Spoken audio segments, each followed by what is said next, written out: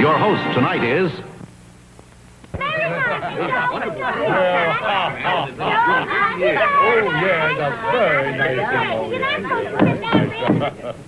Dear relatives and friends, inasmuch as I have heard various and nefarious rumors that my dear wife and my sweet sister-in-law Sue, that we have been drumsticking and ham-hocking to excess at your various homes over the holidays, I hereby retaliate by inviting all 36 of you to our house 1 year from today for a big turkey and ham dinner on Thanksgiving.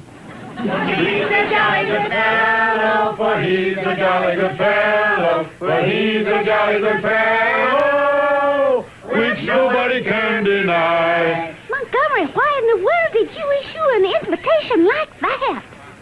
Look, a year from now, they will have forgotten the whole invitation. We haven't got the money to feed 36 relatives. Why, you big blabbermouth, you never should have had that second glass of clam juice. Which nobody can deny.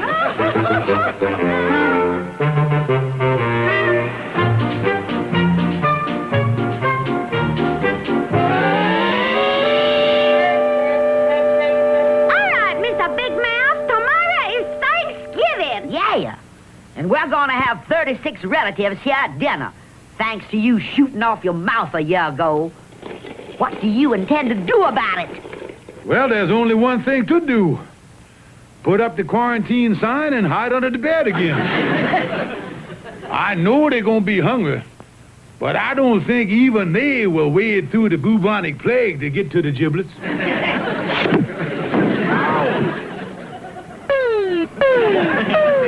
Montgomery J. Klaxon, I'm not going to be disgraced in front of all our relatives.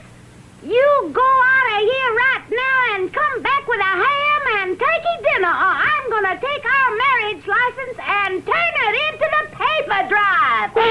Now, wait a minute. I don't have the money to buy food for these 36 relatives. Then you better find it. 'Cause on Thanksgiving Day, this house is going to be filled with warmth and love and southern hospitality if I have to break every bone in your body to get it.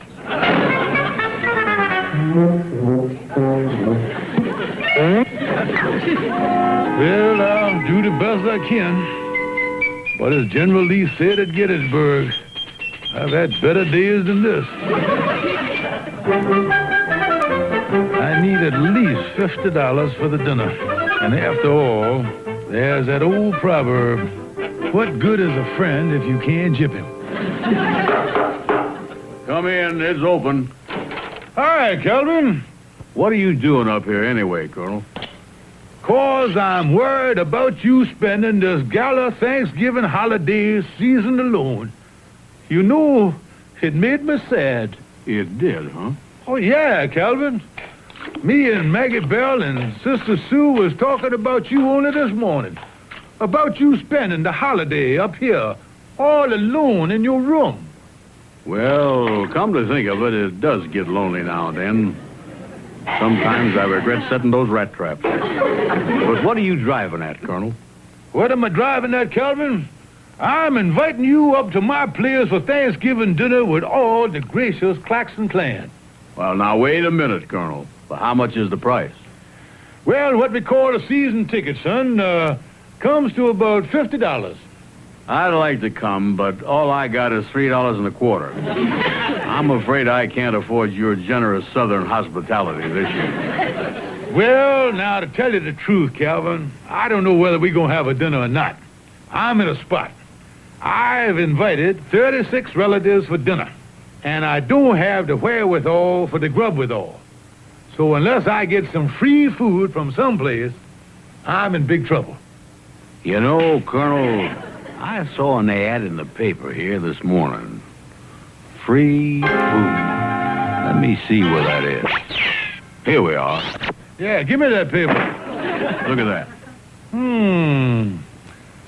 75 pounds of free food, including ham and turkey, with the purchase of a $375 deep freezer. That's no good, Calvin. In order to get the free food, you've got to buy the freezer. Yeah, you haven't got 375 smackers. Yeah, the trouble, wait a minute. I just noticed in the small print here. Here in the ad, it guarantee within 30 days of purchase. If the customer is dissatisfied, your money will be cheerfully refunded. Calvin, that's my angle on getting the free food. Come on, we'll get right down to the deep freezer store. You think this thing is going to work? Work is the greatest idea in the world, Calvin. Okay, but the last time you had the greatest idea in the world, we ended up spending the weekend as guests of the local gendarme.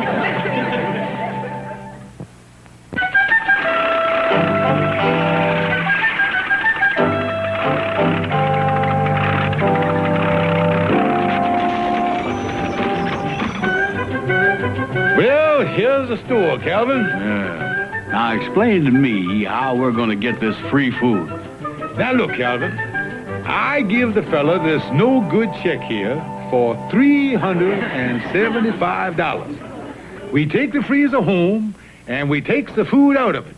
Then we brings the freezer back to the store and get our money back before the man has a chance to put this check in the bank. Now, if that's not a great scheme, I'll eat my hat. Yeah, well, you better get out to bicarbonate. I think you're going to be nibbling on your fedora before this is over. Oh, here comes the fella now. Watch the old colonel go into action here, boy. May I help you, sir? Indeed you may, sir. I am Colonel Montgomery J. Klaxon of the Nashville Klaxons, Colonel ex officio of the Breckenridge County Zouaves. That's all him. I'm just plain Calvin Burnside. Well, how do you do, both of you? Yes, mister. We would like to buy one of those deep freezers like you've got advertised in the newspaper here. The kind with the free food and the cheerful refunding guarantee. Oh, yes. We give the free food and the guarantee with all our models. Now, here's a lovely model here. It combines the best features of the... We'll take it. Here's the check. Well, you certainly made your mind up in a hurry. This certainly is a fast deal. You not kidding, mister. It's an old Southern custom. Just one more question, mister. When does the store close? At 5:30. It's 5 o'clock now. What do you think, Calvin? Well, we might strain ourselves, but I think we can make it. Be seeing you. Pleasure to make your acquaintance, sir. Well, thank you.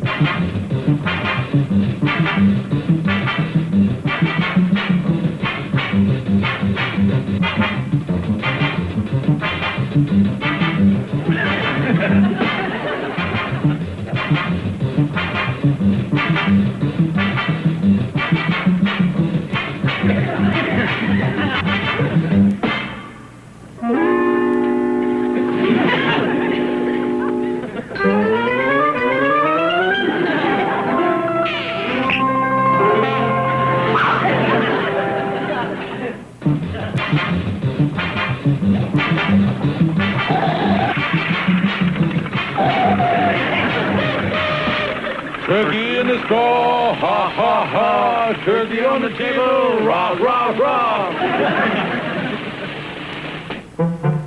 Watch the door there, Calvin. Watch it now. Yeah, easy does it. Well, we made it. It's only 5:20. Uh-oh. Here comes the fellow that sold it to us. You know something? He doesn't look so happy about the whole thing, neither. Why, Colonel Klaxon, what's this? You're bringing the freezer back? Yes, sir, we are dissatisfied with it. You're dissatisfied with it? Just a minute. You picked up the freezer at 5 o'clock, and you're bringing it back now at 5:20? Yeah, we'd have been here sooner, only we got caught in traffic. Look, mister, we want our money back. We are dissatisfied with the freezer. Just a minute. Let me see. You didn't bring the food back. We weren't dissatisfied with that. No, that makes us very happy. Look, mister, we are dissatisfied with the freezer. Now, will you please stop shouting at us and kindly refund our money? I am not giving you your money till you bring back the food. Mister, show us where it says in the paper that we got to cheerfully refund the food. Look, I want that free food back that was in the freezer. Well, why must we bring back the free food if the free food is free with the food freezer? Because the free food is only free with the food freezer if you pay the full fee for the food freezer. Yeah, but if you give the free food with the food freezer... Oh, stop it! Please, look, I want my food back. Now, wait a minute here, sir. It's not your food. It's our food. You gave us free food. It was an inducement for us to buy the freezer. That's the way you run your business. Oh, see here, this is ridiculous. You've got to give me that free food. My dear sir, we are not in business to give away free food. No, the Colonel's right. That's your racket. Yeah, if you want any free food, go out and buy your own freezer. No, I don't want any free food. And we don't want to give you any, so what are you arguing about? Look here, I've got to have that food back. You want to take our free food away? That's right. All right. Well, now let's analyze what you're doing here. You want to take something away from us that is free. Free like the air we breathe. Like the liberties we enjoy. Like the freedom of speech. Like the freedom of the press. The freedom to vote and salute the flag. Mister, no one can take away these rights from us. What kind of an un-American joint are you running? Well, now that you put it that way, Yo, what am I talking about? It's my own food. Look, I want that frozen food and that ham and turkey back here by tomorrow morning, or I'm turning this whole thing over to the police. You mean that you would bring the police into a thing like this? I certainly would. Well, that's all I want to know. I'll have the food back the first thing in the morning. Come on, Calvin. Looks like these guarantees don't mean anything anymore.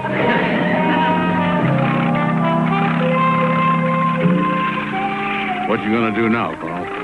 Only one thing I can do, Calvin. I'll wait till Maggie Bell and the sister get to sleep tonight, and then I'll take the food out of the icebox.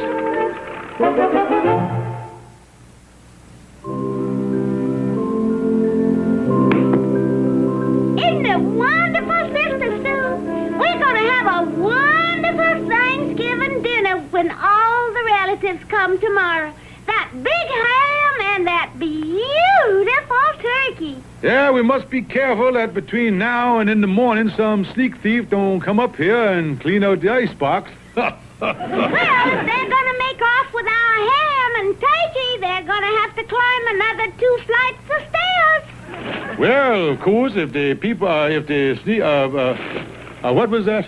Montgomery, our icebox wasn't big enough to hold all that food, so Mrs. Conway on the top floor volunteered to keep the frozen food and the ham and the turkey upstairs in her icebox. Yeah. And I don't think any sneak thief's gonna bother it up there, 'cause Mrs. Conway's husband is a police sergeant. Excuse me, I think I'll go out in the kitchen and sharpen up the carving knife. Why do you want to do that? The dinner isn't till tomorrow. I know. But first thing in the morning, I may have an appointment to cut my throat. Oh,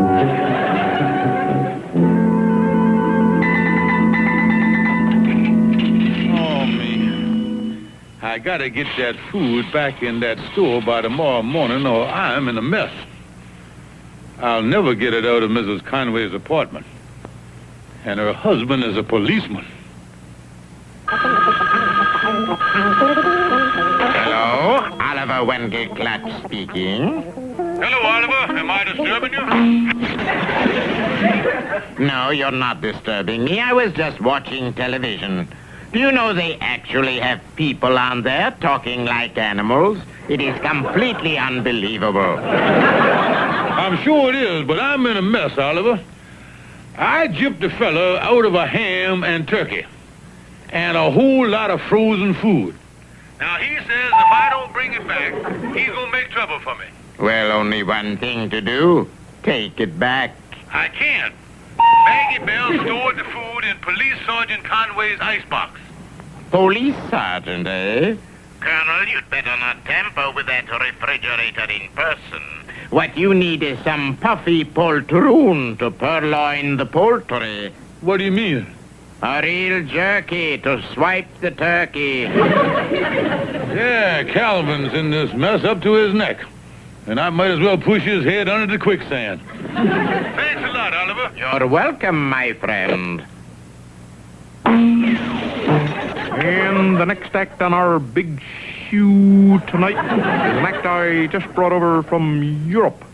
Let's really hurt for 'em, big folks. Fifi the poodle and her performing people. How does he get away with that stuff?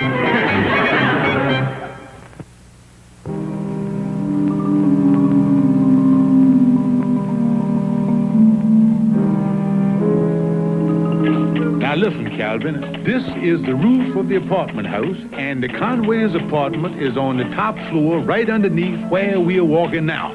Oh, golly, Colonel. It's awful dark up here. Now, explain to me how we're going to get into Sergeant Conway's kitchen. This skylight is right over the kitchen. We are going to lift the top up, and that'll give us a perfect way for you to get down in the kitchen. Now, wait a minute, Colonel. You started out with we and us. But somewhere near the end of that sentence, you past participled me up the creek again. I'm not going. Now listen, Calvin, let me explain the plan before you go off half-cocked like some Yankee. When you get down in the kitchen, I'm going to lower this basket down to you on the rope. All you got to do is to put the turkey and the ham and the frozen food in the basket, and I'll haul it up. You see, I got the dangerous part of the job. You're up here, and I'm in the policeman's kitchen. Explain to me how you got the dangerous part of the job. Simple, Calvin. I'm up here. Now suppose something happens.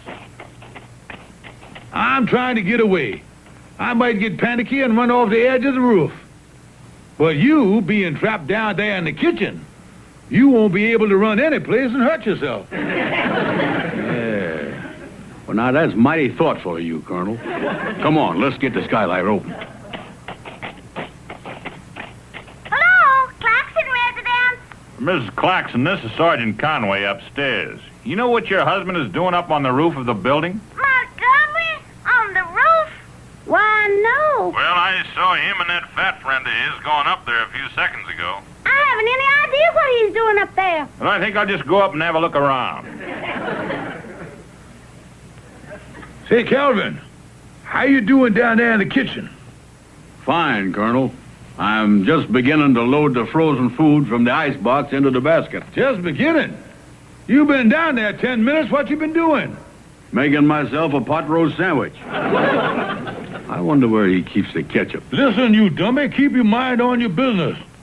You want that policeman to catch us? Yeah, I'll go out the back window and come up the fire escape. Boy, it sure is dark up here. Well, anyway, it's working fine. Sergeant Conway must be out. Things are... Footsteps. Sound like somebody walking on the roof here. Oh, it's Calvin coming up to help me with the rope.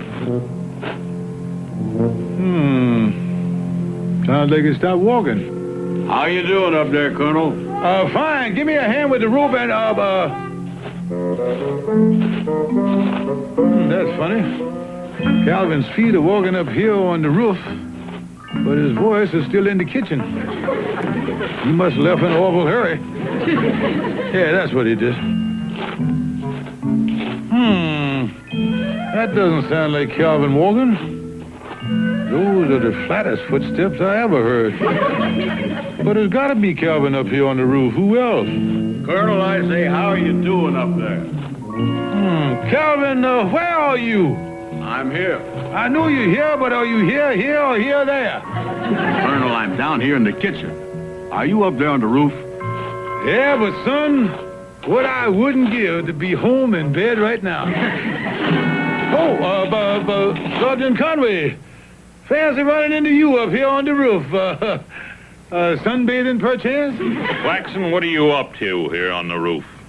Me, nothing. I just, I went to, Klaxon, I need an explanation. Well, I need one as bad as you do. You sure you're not up to something? All the way, Colonel, before that flatfoot Conway finds out what we're up to. Hey, wait a minute. There's someone down in my kitchen. Yeah, must be a sneak thief.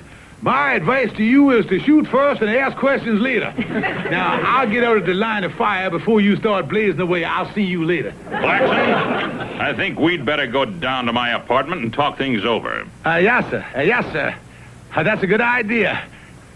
Yes, sir. And the first thing I'm going to do when we get down there is call your wife. Call my wife? Tell me something, Sergeant. If I made a break for it, would you shoot me? Of course not. I thought I had a loophole there for a minute. I was going to run.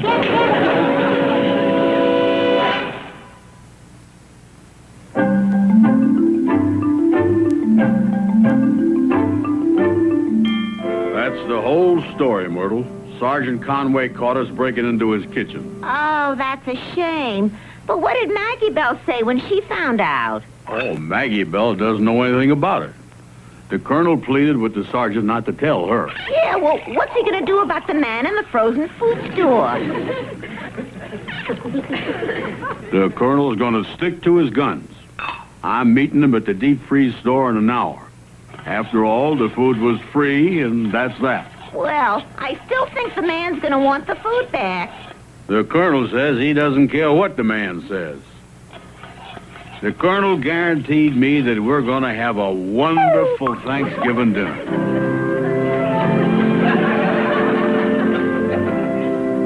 Have another slice of ham. Didn't I tell you, Calvin, we'd have a lovely dinner on Thanksgiving? I like the dinner all right, but the judge says we're going to have to spend 5 more days in this iron deep freeze.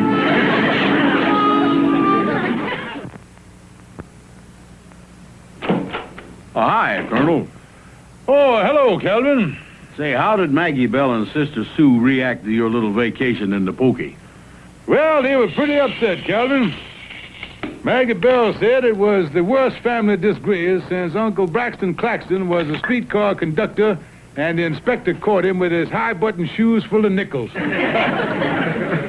You know, I've been thinking, Calvin, where we went wrong trying to get that free food without buying the freezer. The next time, what we ought to do is to buy it on installments. And when the time payments come due, we're just... Calvin. I say, Calvin. Hey.